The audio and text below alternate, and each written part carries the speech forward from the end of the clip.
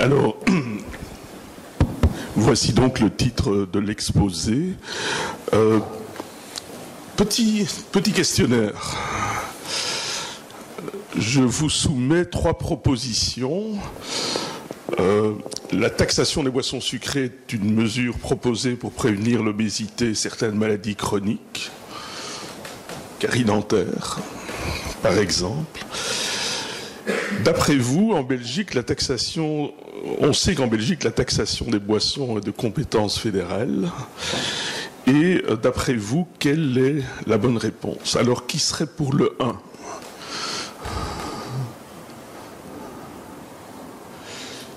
Qui serait pour le 2? Qui serait pour le 3?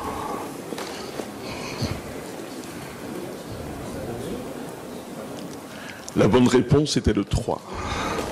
En janvier, pas en janvier de cette année-ci, mais en janvier dernier, Madame de Bloch, que vous connaissez tous et toutes, a donc introduit une loi, enfin un règlement qui avait une visée de santé publique. Alors pour discuter la question maintenant, qu'est-ce que ça a donné en Belgique d'après vous? Bonne question. Et pour en discuter, je vais donc laisser la parole à Yann, qui est un professionnel de recherche, qui est mon étudiant en doctorat, comme on dit. Et quand on a des étudiants brillants, il est plus un collaborateur qu'un étudiant. Il est en train de faire une thèse, non pas par article, mais par volume, ce qui est assez rare. Et il va venir donc vous parler un petit peu des défis de l'évaluation dans ce domaine. Alors Yann, la parole.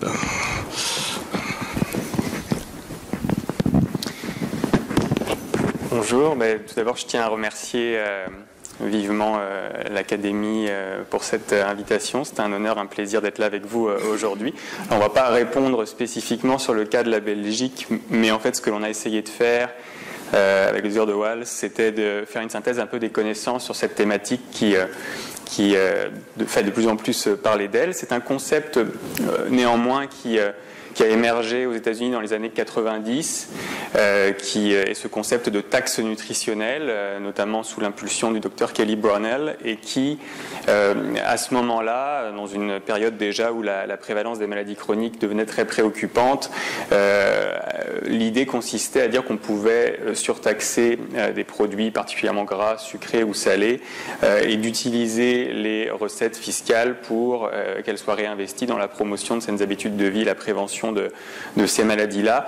À ce moment-là, l'objectif d'utiliser le surcoût du produit pour espérer infléchir la consommation, donc vraiment par une logique de prix, n'était pas nécessairement l'idée prioritaire. On avait assez peu de données sur la faisabilité pour ce qui est de l'alimentation, on s'entend. Dans les années qui ont suivi, progressivement, le débat sur cette question des taxes nutritionnelles s'est assez focalisé sur les boissons sucrées, de par notamment leur faible valeur nutritionnelle et les liens qui étaient de plus en plus documentés avec certaines pathologies. Et donc on appelle généralement boissons sucrées, on les désigne généralement comme étant les boissons qui contiennent des sucres ajoutés, encore que la définition puisse faire débat. C'est d'ailleurs suite à peu près aux années 2009-2010 que la plupart des cas aujourd'hui recensés de taxes sur les boissons sucrées avec un lien objectif de santé publique qui est explicite dans la formulation de la proposition. Je ne parle pas des taxes qui peuvent exister sur bon nombre d'aliments, de boissons outre mesure. C'est à partir des années 2010 essentiellement qu'on a vu de plus en plus de cas arriver, y compris donc en 2015 où cette idée-là est arrivée en Belgique, et comme le précisait Philippe de Waals, qui a été appliqué depuis 2016. Et donc au Canada, c'est un sujet qui est aussi très discuté, donc c'était un peu l'objet de notre synthèse de connaissances, c'était de faire le point sur cette question-là, à un moment où encore aujourd'hui, cette politique publique est discutée mais non adoptée.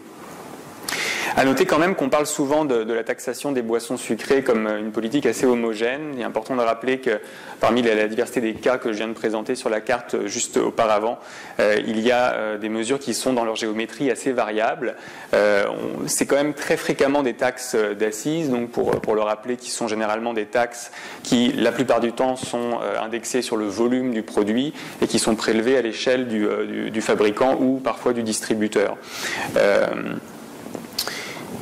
Ce sont des taxes qui généralement, donc, comme je le disais, visent plutôt les boissons avec sucre ajouté. Sur la trentaine de cas, c'est largement la plupart que l'on recense aujourd'hui, mais parfois qui incluent les boissons artificiellement édulcorées, donc non caloriques. C'est le cas notamment en France depuis 2012 et c'est aussi le cas, à ma connaissance, de la taxe qui a été appliquée en Belgique. Et plus rarement, certaines taxes incluent d'autres types de boissons.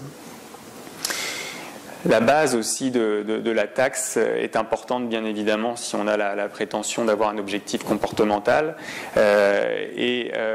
Généralement, la plupart du temps, c'est assez binaire, c'est-à-dire la taxe s'applique sur une catégorie de boissons qui contiennent du sucre et les boissons qui n'en contiennent pas en sont exemptes. On a parfois des cas, et cette option-là est de plus en plus considérée, d'avoir une taxe qui serait indexée sur la teneur en sucre du produit. Donc, par exemple, qui pourrait, ça c'est très rarement le cas de par la complexité administrative que ça représenterait, mais qui serait vraiment complètement indexé sur la teneur en sucre du produit, très proportionnel, ou plus souvent, comme c'est le cas par exemple en Hongrie, une taxe qui s'appliquerait au-dessus d'un seuil de teneur en sucre dans le produit. Et puis des taux qui peuvent varier. Alors comme je le disais, c'est généralement des taxes d'assises, donc elles ne sont pas nécessairement représentées en pourcentage du prix, mais quand on fait le calcul et qu'on regarde ce que coûte une boisson et qu'on regarde le montant de la taxe qui s'y rajoute, on constate que selon les configurations que je viens de montrer sur la carte dans beaucoup de pays du monde, ça peut varier beaucoup, de 2 à 30 voire plus % du prix avant taxe. Donc encore une fois, on comprend que dans une optique évaluative, on ne parle pas du tout de la même chose. Alors, pour en savoir un peu plus, cette synthèse de connaissances qu'on a essayé de réaliser s'inspire des synthèses de connaissances assez complètes, notamment de l'Institute of Medicine aux États-Unis, qui s'intéresse à 3 sphères de la pertinence d'une intervention de prévention de l'obésité. D'une part, la justification de cette mesure. On peut poser la question de pourquoi est-ce qu'on ciblerait par exemple les boissons sucrées, pourquoi est-ce qu'on choisirait une taxe plutôt qu'autre chose. Des enjeux aussi de bien fondés économique et éthique. La question évidemment des effets potentiels, aussi divers et variés puissent-ils être, on va y revenir. Et puis la question de l'applicabilité qui renvoie davantage à des questions de faisabilité, d'acceptabilité sociale et politique, c'est une mesure très controversée, et également d'évaluabilité. Donc on a développé dans cette synthèse de connaissances qu'on a partagé l'an passé, qu'on a diffusé l'an passé, un cadre qui permet un petit peu de classer en tiroir les différentes problématiques en 14 points. Donc pour en revenir d'abord à la première sphère, qui est donc celle de la justification, se pose la question notamment de la cible d'une taxe comme celle-là. On sait que dans la prévention des maladies chroniques, bien évidemment, les boissons sucrées sont un facteur, mais parmi beaucoup d'autres, et donc il convient d'agir sur l'ensemble de ces facteurs en termes d'habitudes de vie notamment, et dans les habitudes de vie, l'alimentation, et dans l'alimentation évidemment foule de facteurs. Néanmoins, les boissons sucrées font l'objet d'une recherche croissante qui tente à montrer que parmi d'autres facteurs, leur surconsommation, au sens des recommandations de consommation par exemple récemment partagées par l'Organisation mondiale de la santé, qui recommande que l'apport en sucre, la contribution des sucres libres, qui sont pour une grande part constitués de sucre ajouté, ne dépasse pas 10% des apports énergétiques quotidiens. Eh bien, on voit que lorsque l'on dépasse ce seuil-là, il y a ce qu'on appelle donc surconsommation, des risques accrus d'un certain nombre de maladies, notamment diabète de type 2, dans la sphère aussi cardiovasculaire, la santé dentaire, Dr De Waal s'en parlait, et puis aussi donc de gains de poids, et associé aux gains de poids, diverses maladies. Mais encore bien sur ce point-là, souligner que c'est un facteur parmi d'autres. On voit notamment ici, on avait simplement rajouté cette information-là pour aujourd'hui, les ventes de boissons sucrées selon le baromètre de nos collègues de la chaire internationale sur le risque cardiométabolique qui montre ici les 20 pays où les ventes sont les plus élevées. On voit dire que la Belgique et le Canada sont à peu près au même niveau, ce qui représente à peu près en termes de ventes par personne l'équivalent d'à peu près 250 millilitres par jour. Mais on sait bien sûr que la consommation n'est pas homogène dans une population et que un grand nombre de personnes n'en consomment pas du tout et évidemment certains en consomment beaucoup plus. Dans la question de la justification, évidemment, vient ensuite la question de la taxation comme instrument de santé publique versus beaucoup d'autres mesures. Et là, encore une fois, même si l'on ne s'attarde qu'aux facteurs de risque sur consommation de boissons sucrées, les facteurs qui déterminent cette surconsommation sont très variables à l'échelle individuelle, mais aussi à l'échelle familiale, la disponibilité de ces produits, les habitudes de consommation en famille, les habitudes de consommation des autres membres de la famille. Chez les adolescents, chez les jeunes, chez les adolescents en particulier, qui sont souvent la tranche d'âge la plus concernée, on sait aussi que la consommation par les pairs est un facteur qui peut influencer les niveaux de consommation au niveau individuel.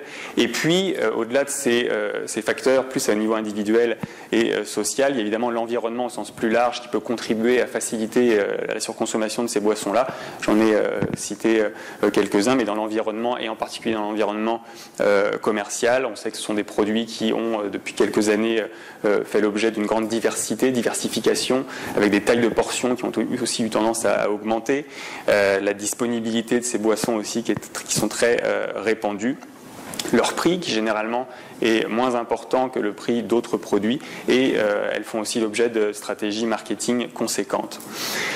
Donc ce sont les raisons pour lesquelles on peut effectivement se dire qu'il y a des interventions qui sont requises, mais une intervention serait probablement peu efficace à elle seule, puisque ces déterminants étant si nombreux, il convient d'avoir probablement une stratégie multi-action plutôt qu'une seule solution qui pourrait prétendre à elle seule infléchir ces niveaux de surconsommation. Donc la taxation, probablement évidemment pas une mesure miracle, mais plus un ingrédient au sein d'une stratégie diversifiée, ce qui complique évidemment l'évaluation de ses effets. Également sur le plan de la justification des questionnements éthiques, il y a beaucoup de débats autour de la pertinence d'une taxe, notamment de par le caractère plus ou moins coercitif. Sur une échelle de coercition, on pourrait considérer que c'est probablement intermédiaire entre des approches très éducatives, informatives, et à l'autre bout du spectre, les interdictions. Donc néanmoins, l'idée de taxer soulève beaucoup de craintes et de questionnements, et c'est évidemment quelque chose à prendre en compte, notamment au moment de discuter de l'acceptabilité sociale et politique d'une mesure comme celle-là.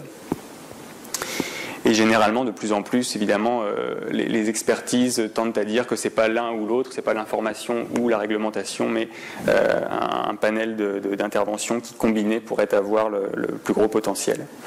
Et puis, au moment aussi de justifier potentiellement une taxe sur les boissons sucrées, il convient de bien discuter, bien préciser quelles sont les logiques de cette taxe, quels seraient ses objectifs.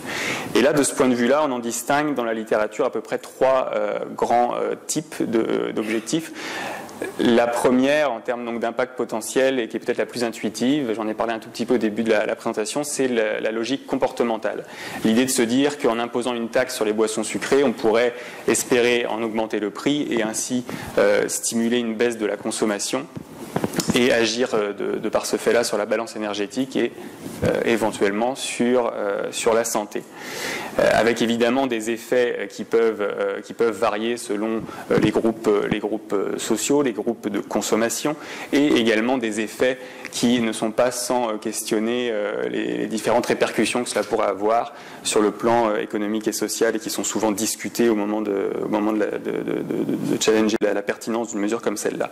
La deuxième logique, qui n'est pas comportementale, est plus fiscale, de dire on va taxer les boissons sucrées pour générer des revenus qui pourraient éventuellement contribuer à la couverture des dépenses de santé ou contribuer par exemple au financement d'initiatives de promotion de la santé. Et la troisième logique qui est parfois et souvent discutée, c'est une logique plus de signal d'alerte que pourrait véhiculer cette mesure, en mettant l'emphase sur une catégorie de produits en particulier, et qui serait à plus long terme éventuellement un signal adressé aux consommateurs pour petit à petit dénormaliser cette consommation, ou encore, et c'est de plus en plus discuté, l'idée d'un signal qui serait adressé aux fabricants de manière à stimuler les efforts de reformulation de leurs produits qui sont bien évidemment déjà en cours et qui sont poussés par le marché, mais de les inciter davantage à reformuler leur portfolio de produits ou encore à faire baisser la teneur en sucre de leur boisson. Évidemment, ce sont des logiques qui, là encore, peuvent être utilisées en combinaison les unes avec les autres selon les juridictions que j'ai présentées au début, de façon plus ou moins explicite d'ailleurs. Alors si on revient sur ces différentes composantes que je viens d'évoquer, la première question de savoir si la taxe aurait effectivement un impact sur le prix se pose, parce qu'on pourrait imaginer qu'en imposant une taxe, eh bien, les fabricants, les opérateurs économiques absorbent cette taxe et ne la répercutent pas sur le prix du produit.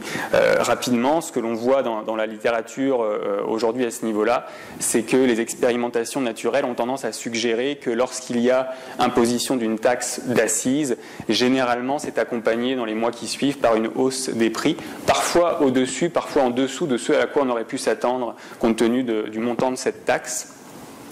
Et évidemment, il est à grande échelle, en conditions réelles, très difficile de distinguer les effets de la taxe des autres influences sur le prix des produits, qui sont évidemment très nombreuses, mais les études tendent à montrer qu'il y a quand même une répercussion. Simplement un petit point aussi à l'effet qu'il est possible qu'il y ait une transmission de la taxe sur les prix qui soit différente selon le type de produit, qui soit différent selon les juridictions, qui soit différent selon les contextes. C'est encore très peu étudié, simplement une remarque ici d'une étude récemment publiée à Berkeley en Californie, qui montrait par exemple que dans les zones frontalière de la ville, le prix des produits avait tendance à être moins, la taxe avait tendance à être moins répercutée sur le prix des produits, sur les grands volumes de boissons qui correspondent éventuellement à des volumes pour lesquels les gens seraient amenés à aller faire leur épicerie de l'autre côté, là où les boissons ne sont pas taxées, alors que l'achat beaucoup plus spontané, impulsif d'un plus petit volume pourrait lui être moins mis entre guillemets en danger par la surtaxe et serait moins dissuasif. L'autre question ensuite de se dire, c'est partant du principe que la taxe est répercutée sur le prix, a-t-elle effectivement un effet sur la consommation? La grande partie de la littérature sur le sujet pendant plusieurs années, ces 5-6 dernières années, a porté sur ce qu'on appelle des études de simulation, qui sont en fait basées sur des bases de données d'évolution de la consommation, de la demande des consommateurs, quand le prix évolue dans les conditions réelles du marché, quand il n'y a pas du tout de taxe. C'est-à-dire qu'on regarde finalement comment le consommateur réagit à la fluctuation naturelle des prix, qui, on s'entend, sont généralement des fluctuations d'une moins grande ampleur que serait celle générée par une taxe. Et ce qu'on voit en général dans ces bases de données-là, qui viennent souvent de panels de consommateurs, c'est que par rapport à d'autres produits de consommation courante, la consommation de boissons sucrées est un petit peu plus sensible au prix que ne peut l'être la consommation d'autres produits comme des œufs, du beurre ou des produits de consommation courante.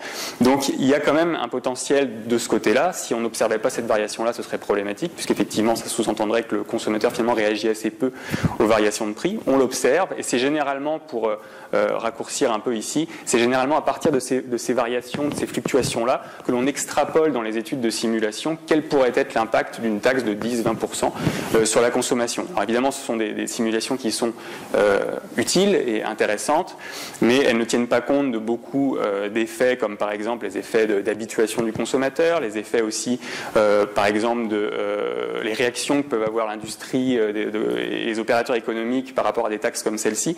Donc évidemment, les résultats sont assez fragiles, même s'ils sont encourageants, et c'est la raison pour laquelle il faut aussi, dans une perspective évaluative, tenir compte des expérimentations naturelles en conditions réelles. Et de ce point de vue-là, on a assez peu d'études à l'heure actuelle, parce que malheureusement, beaucoup des taxes qui ont été mises en place, notamment les premières, l'ont été sans qu'un plan d'évaluation ait été conçu au moment et avant la mise en œuvre de ces mesures.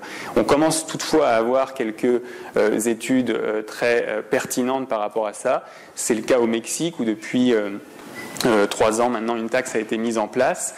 Et ce que l'on remarque dans ces études, qui sont donc des études basées là encore sur des panels de consommation à très grande échelle, dans cette étude de Cochero et collègues publiée cette année, 2 ans après l'application de la taxe, on observe une baisse moyenne des achats de boissons taxées de l'ordre d'à peu près 7,6% par rapport à un scénario sans taxe, qui est en fait un scénario dans lequel les auteurs ont regardé comment la consommation aurait évolué élevé si jamais aucune taxe n'avait été mise en œuvre en tenant compte des tendances préexistantes, dont on sait que ce sont d'ailleurs des tendances plutôt à la baisse. Donc c'est important de le prendre en compte, et c'est la valeur ajoutée de ce type d'études par rapport à des études écologiques avec très peu de contrôle et très peu de facteurs de confusion pris en compte. Donc ça, c'est un résultat, et des résultats assez analogues, encore une fois à court, à moyen terme, dans la ville de Berkeley en Californie, où un an post-implantation de la taxe, on observe une baisse moyenne d'à peu près 9,6% par rapport à des comparaisons des villes voisines. D'ailleurs, des villes, dont deux villes en particulier, Oakland et San Francisco, l'une dans laquelle il y a eu une campagne pour qu'une taxe soit adoptée, mais elle n'a pas été finalement adoptée. Elle n'avait pas été adoptée à l'époque en tout cas. Et la ville d'Oakland, où là, il n'y avait pas eu non plus d'adoption de la taxe. Donc ce sont des devis qui, encore une fois, qui ne permettent pas d'établir un lien de cause à effet absolu, mais qui sont des études quand même encourageantes par rapport aux effets. Maintenant, c'est du court moyen terme. Ce sont aussi des études qui ne permettent pas de différencier très précisément les variations de consommation selon le niveau de consommation des consommateurs. Donc c'est quand même aussi une limite importante. Et là encore, les ampleurs des risques d'achat transfrontaliers sont à approfondir, peu documentés dans un cas comme dans l'autre, et notamment à Berkeley, où on peut imaginer, on a vu que les ventes avaient augmenté dans les villes voisines. Néanmoins, quand on fait des études auprès des consommateurs, ils ont tendance à dire qu'ils n'ont pas nécessairement changé leurs habitudes de consommation, qu'ils ne se sont pas déplacés. Alors là, on voit qu'il y a encore de la recherche à poursuivre. Donc globalement, on peut dire que oui, effectivement, avec une taxe, si le taux est suffisamment élevé, on peut espérer une baisse modérée de la consommation à court-moyen terme, mais il y a encore ici des choses à explorer à plus long terme. L'impact sur le poids à la santé est très incertain. Encore une fois, comme on le disait au début de la présentation, c'est un facteur de risque parmi beaucoup d'autres. C'est une intervention parmi beaucoup d'autres probablement aussi nécessaires. Donc automatiquement, l'impact que peut avoir une taxe sur la multitude, en comparaison à la multitude des autres influences, est probablement faible. Donc un ratio signal-bruit, comme on dirait, qui est assez faible, et qui, par exemple, par les effets de substitution au niveau du consommateur, par quoi est-ce qu'il remplace sa consommation de boissons sucrées si elle diminue, aussi par des effets, encore une fois, de réaction du marché, tout simplement. Il y a beaucoup d'ici d'incertitudes qui nous empêchent malgré les études de simulation dont on entend souvent parler, et bien qui rendent difficile cette évaluation de l'impact, par exemple, sur le poids ou sur les maladies chroniques, et ce qui nous amène à penser d'ailleurs qu'il faut être prudent probablement quand on affiche les objectifs d'une telle mesure, parce qu'au moment de l'évaluer, évidemment, ça pose des problèmes, parce qu'automatiquement, si on met la barre très haut et qu'on n'observe pas les effets escomptés, automatiquement, la mesure peut être jugée aussi par rapport à ça. Un point important aussi qui est la régressivité potentielle de cette taxe. On sait que les boissons sucrées sont généralement davantage consommées dans certains groupes de la population, qui allouent une part aussi plus importante de leur budget à l'alimentation pour ce qui est des ménages à moindre revenu. Donc cette question de la régressivité est une question souvent soulevée. Simplement 2-3 commentaires à ce sujet-là. Le fait que le montant de cette taxe est, d'après une revue systématique récente de Bacoller et collègues, serait assez modéré par rapport au budget total des ménages, encore que pour certains consommateurs peu enclins à modifier leur consommation, qui sont parmi les plus grands consommateurs et qui sont à moindre revenu, évidemment là on est sur un groupe de consommateurs pour lequel il pourrait y avoir une double peine entre guillemets, et donc là ça pourrait poser problème, d'où l'importance encore d'évaluer avec ce niveau de précision là les effets selon la catégorie socio-économique entre autres. Bien sûr, le côté régressif de la taxe peut être aussi atténué d'une certaine manière si jamais les revenus de cette taxe sont alloués à la promotion de la santé ou encore à la réduction des inégalités sociales en matière de santé. Les effets indésirables sur l'emploi et la compétitivité sont souvent soulevés comme des facteurs qui sont des arguments à l'encontre d'une mesure comme celle-ci, peu documentée, généralement et probablement restreint si l'assiette de la taxe est limitée à une catégorie de produits très spécifique, mais assez peu de recherche sur la question à l'heure actuelle. Alors évidemment, le fait de générer des recettes fiscales, qui est souvent un objectif poursuivi, notamment du côté des finances, c'est un objectif qui apparaît selon les données de taxes mises en œuvre à l'heure actuelle réalistes. Généralement, les revenus sont au rendez-vous. La question, généralement, pour l'acceptabilité sociale et politique, encore une fois, est de savoir ce que l'on fait de ces revenus et s'ils sont alloués à des causes de santé ou s'ils tombent simplement dans le budget général de l'État. Et c'est un point qui est très souvent discuté, là encore. Quelques exemples pour vous dire que dans certaines juridictions où une taxe a été implantée, eh bien, il y a eu ce fléchage entre guillemets entre les revenus de ces taxes et l'utilisation qui en serait faite de façon plus ou moins explicite au moment de déposer les projets de loi d'ailleurs. À Berkeley par exemple, ce n'est pas dans le règlement, mais il y a un panel qui a été mis en place pour, de manière très spécifique et suivie, allouer les revenus de la taxe à des projets particuliers. Il y a également d'autres exemples ici. Cas particulier à Philadelphie où par exemple la taxe n'a même pas été présentée, cadrée comme une mesure de santé publique, mais comme une mesure vraiment fiscale dont l'objectif était de lever des fonds pour soutenir des projets en matière d'infrastructures scolaires et d'infrastructures publiques. Donc vous voyez que là encore, il y a encore de la variabilité dans la façon de présenter la mesure. Du côté des effets de signal, les signaux qui peuvent être envoyés aux opérateurs, là encore c'est peu documenté. Ça va l'être probablement davantage. La taxe qui va être mise en place au Royaume-Uni à partir de 2018 est annoncée comme une taxe d'ailleurs dont l'objectif premier est d'inciter à la reformulation, avant toute chose. Et c'est d'ailleurs la raison pour laquelle il y a 2 seuils de teneur en sucre dans les produits qui ont été fixés, au-dessus desquels le montant de la taxe augmente. Il y a une simulation qui a été faite sur cette base-là et qui montre que d'ailleurs la reformulation pourrait être le scénario le plus prometteur associé à une taxe sur les boissons sucrées en termes d'efficacité potentielle sur la consommation, plutôt qu'un scénario où on jouerait sur le prix pour infléchir la consommation. Et puis après, évidemment, eh bien, au-delà de ces aspects impact, il y a l'aspect applicabilité. Je ne rentrerai pas dans les détails ici, mais évidemment la question de la faisabilité légale, administrative. Il y a des juridictions dans lesquelles certains paliers de gouvernement ne peuvent pas utiliser la taxe d'assises comme moyen de taxation. Donc se pose ici la question de la faisabilité. Et puis l'acceptabilité sociale, politique. C'est une décision qui, in fine, est une décision très politique et qui peut amener un oui ou un non, et souvent qui est présentée parfois de manière isolée, comme ça peut être le cas dans le cadre du paquet fiscal en Belgique et un petit peu aussi en France et dans d'autres juridictions, ou parfois ça peut être vraiment présenté dans le cadre d'une stratégie de santé publique, et alors là ça prend un sens différent aux côtés d'autres initiatives. Toutes ces dimensions, ces 13 dimensions-là, évidemment, peuvent avoir une influence au moment de juger de l'évaluabilité et au moment d'évaluer cette mesure-là, avec pour terminer des défis qui sont donc au moment d'évaluer la pertinence de cette mesure-là, qui sont d'une part de bien garder à l'esprit que trop souvent elles ont été peu évaluées, alors que pourtant on a un besoin de développement de connaissances, on a un besoin aussi de mesurer les progrès réalisés dans ces différentes juridictions qui ont mis en place des taxes, et aussi pour prendre d'éventuelles mesures correctives. Vous m'avez entendu parler d'incertitude à plusieurs reprises au cours de la présentation, donc évidemment ça a cet objectif-là. La difficulté dans l'évaluation à grande échelle, à l'échelle populationnelle, c'est que c'est une intervention parmi d'autres, donc le défi méthodologique aussi d'isoler les effets d'une taxe comme celle-là, et donc probablement l'impératif de mesurer à chacune des échelles du modèle logique, entre guillemets, l'influence que peut avoir une taxe, et là où éventuellement elle n'en a plus. L'importance donc de préciser les objectifs, qu'ils soient donc utilisés de manière combinée, comportementale, fiscale, signal, l'un ou l'autre ou les trois. Et puis évidemment un enjeu méthodologique important dans l'accès régulier à des données, qui soit suffisamment large, représentative, aussi suffisamment désagrégée pour aller chercher des informations sur ce qui est taxé et ce qui ne l'est pas. Différentes catégories de produits. À l'échelle industrielle, est-ce que effectivement le prix sortie usine est impacté? Est-ce que le prix consommateur est impacté? Et puis au niveau des consommateurs aussi, pour avoir de l'information sur les variations et les effets en fonction du profil des consommateurs, que ce soit sur les indicateurs sociodémographiques, mais que ce soit aussi sur les indicateurs de consommation. On a à l'heure actuelle peu d'informations sur les effets différentiels d'une taxe selon le niveau de consommation, ce qui est quand même problématique. Et puis autant que possible, même si on est à une échelle populationnelle, tenir compte des facteurs de confusion, notamment les tendances préexistantes et d'autres effets dont on sait qu'ils ont une importance vraiment qui est là pour la consommation de boissons sucrées, la saisonnalité bien sûr, mais aussi tout ce qui d'une manière générale impacte le panier d'achat des ménages.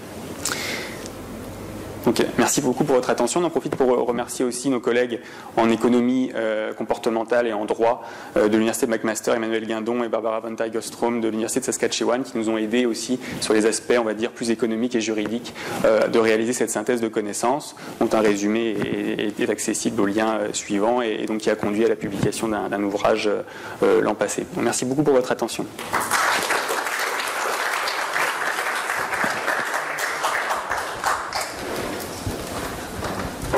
Voilà, merci beaucoup Monsieur Lebaudot et bien sûr Monsieur De Waals pour cet exposé très analytique d'un problème de santé, j'imagine, important et qui ne manquera pas de susciter des questions. Oui. Bien, merci pour cet exposé, Monsieur De Waals, Monsieur Baudot. Donc nous nous étions rencontrés il y a quelques années, vous vous en souvenez, pour déjà parler de vos travaux à Laval, au Québec. Donc c'est assez loin de chez nous. Alors je voudrais vous dire, Monsieur de Waals, que dans la première diapositive, il manquait 1.4. Cette taxe a réellement été d'application, mais vient d'être supprimée. Donc ça, c'est tout nouveau. Donc ça, ils se sont rendus compte que c'était vraiment pas bien fait. Au départ, je l'avais déjà appelé taxe aveugle parce que ça taxait absolument tout, y compris les lights. Donc vous en avez parlé aussi faut-il taxer uniquement les boissons avec sucre ajouté, les lights. Bon, là on taxait absolument tout. On ne parlait pas beaucoup de jus de fruits aussi, qui sont quand même un apport important en sucre. Donc voilà, ça a été supprimé, donc c'était le point 4, c'est pour ça que je n'ai pas levé la main quand vous aviez parlé.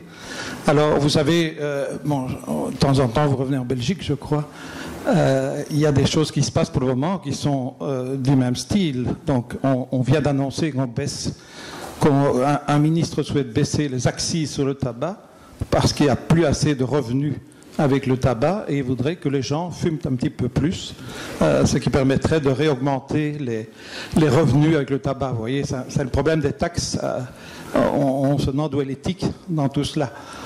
Donc, par rapport aux boissons sucrées, je vois que Mme Delzen est toujours là. Donc, au Conseil supérieur de la santé, on est évidemment très préoccupé par ces problématiques et ces conseils santé.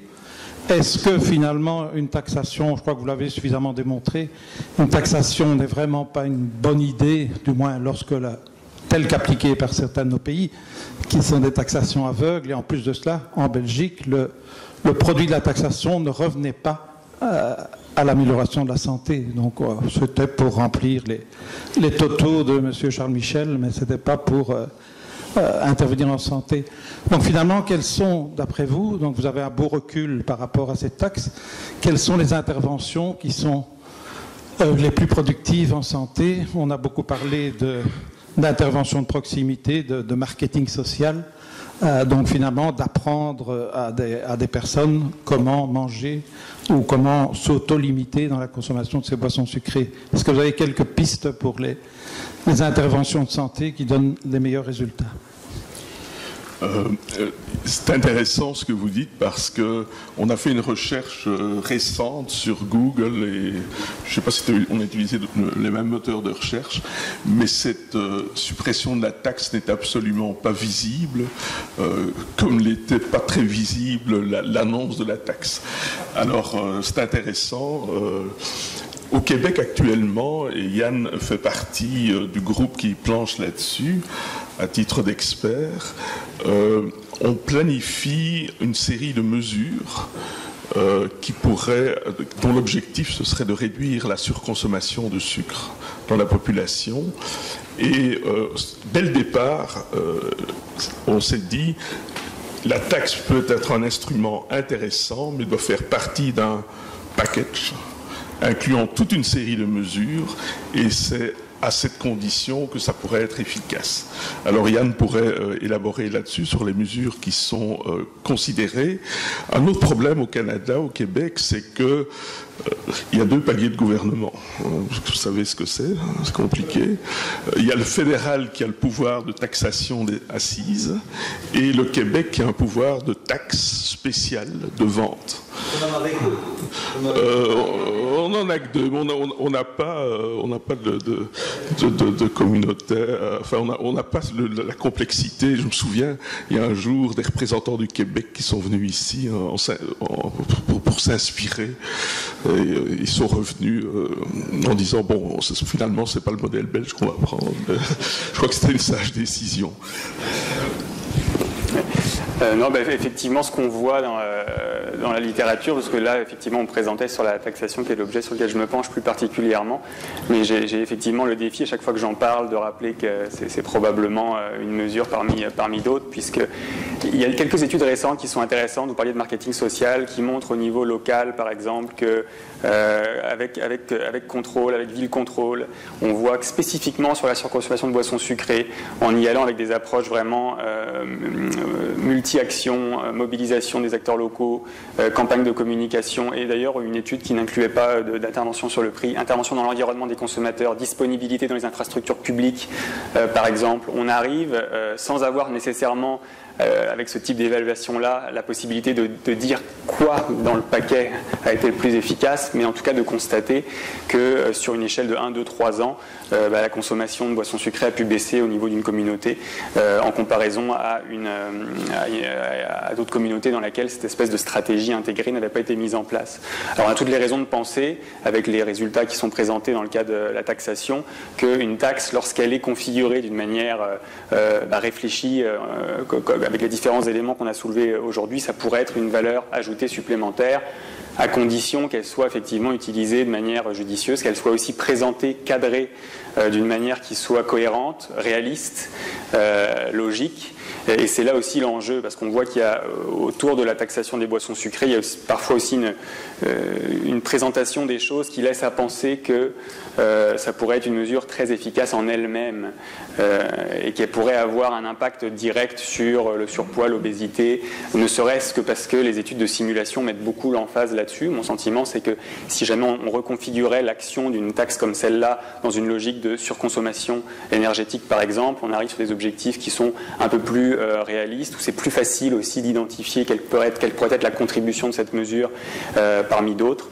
Donc c'est à la fois, je dirais, d'une part, garder à l'esprit que c'est probablement un ensemble de mesures, et d'autre part, c'est présenter, cadrer cette intervention de manière plus réaliste en termes aussi de réflexion sur l'évaluation, parce que sinon on n'arrivera probablement jamais, ou en tout cas difficilement, à démontrer très précisément l'impact spécifique d'une mesure comme celle-là sur la santé.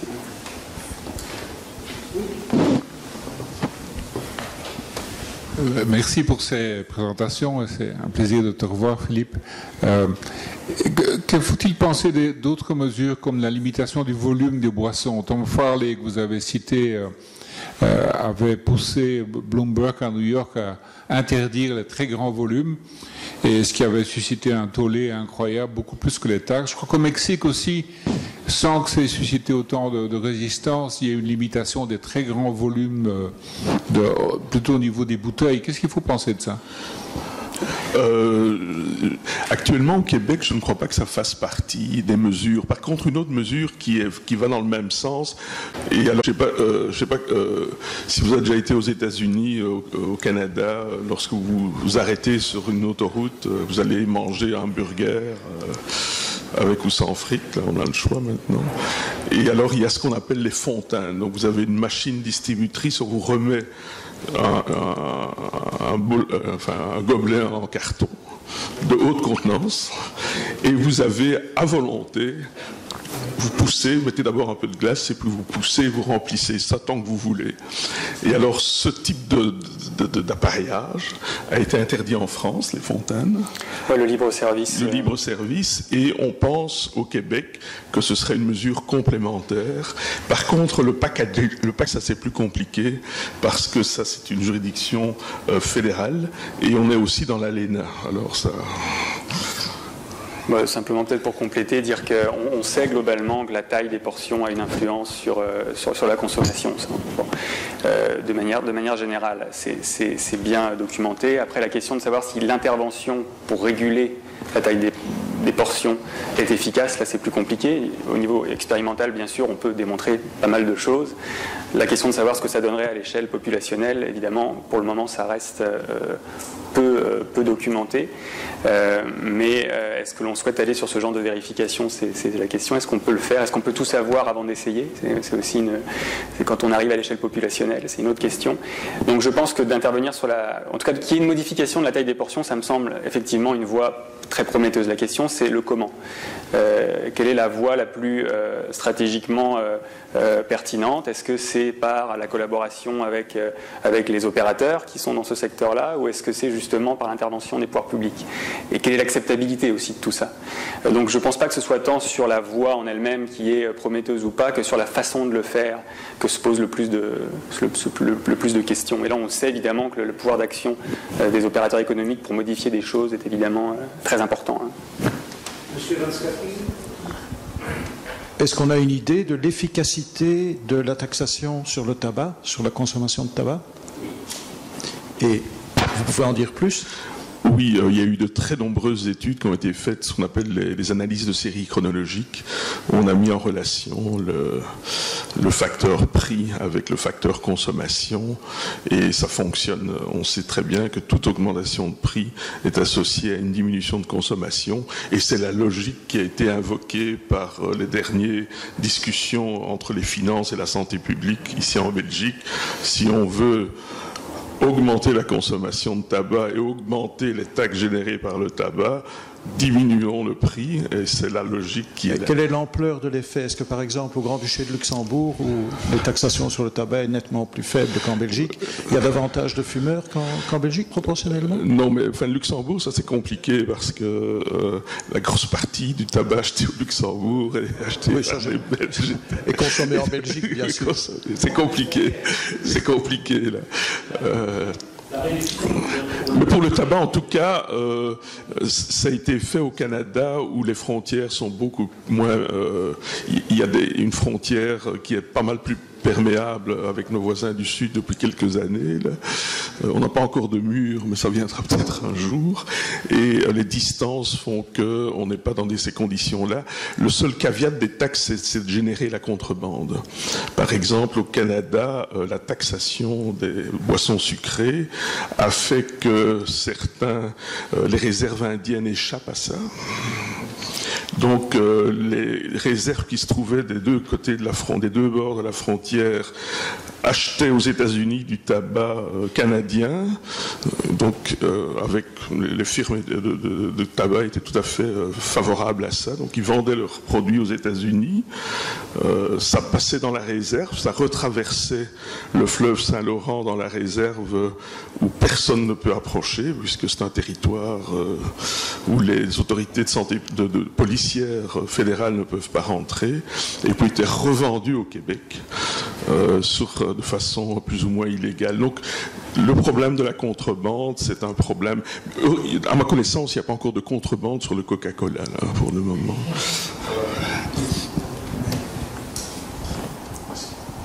Bien, Monsieur Chêne.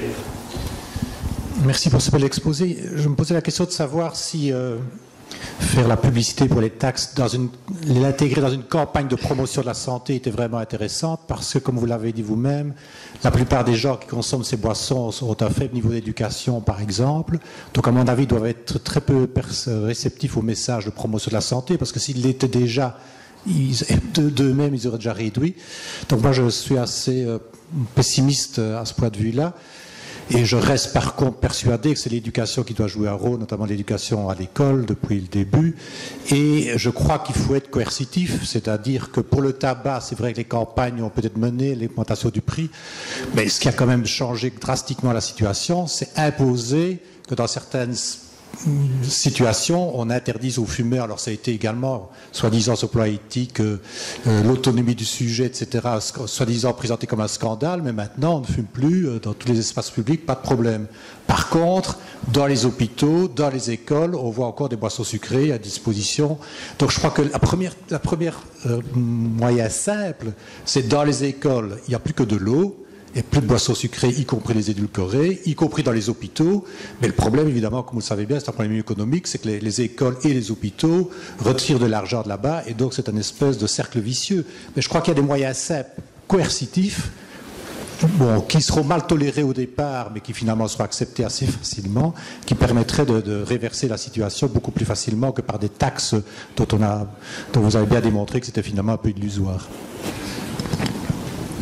Voilà. Peut-être un commentaire là-dessus. C'est vrai que sur la question de la coercition, et on prend souvent l'exemple, tabac en particulier, la difficulté, c'est que la comparaison a beaucoup de limites aussi là, quand on arrive sur les boissons sucrées, parce que dès lors que l'on est sur des approches réglementaires, il faut savoir ce sur quoi on agit et ce sur quoi on n'agit pas, ce qu'on met dans le panier de ce qui est concerné, ce qui ne l'est pas, puis qu'on arrive dans l'alimentation, même s'il y a certains produits, et peut-être les boissons sucrées sont peut-être le meilleur exemple parmi beaucoup, la question des profils nutritionnels ressurgit assez souvent aussi pour savoir, mais c'est vrai que sur l'accessibilité par exemple dans les lieux publics, c'est vrai que sur l'information, l'éducation, je pense qu'il ne convient pas de discuter de la pertinence d'une taxe en disant c'est l'un ou l'autre. Ça c'est probablement, je pense qu'il faut être clair là-dessus, oui, tout à fait.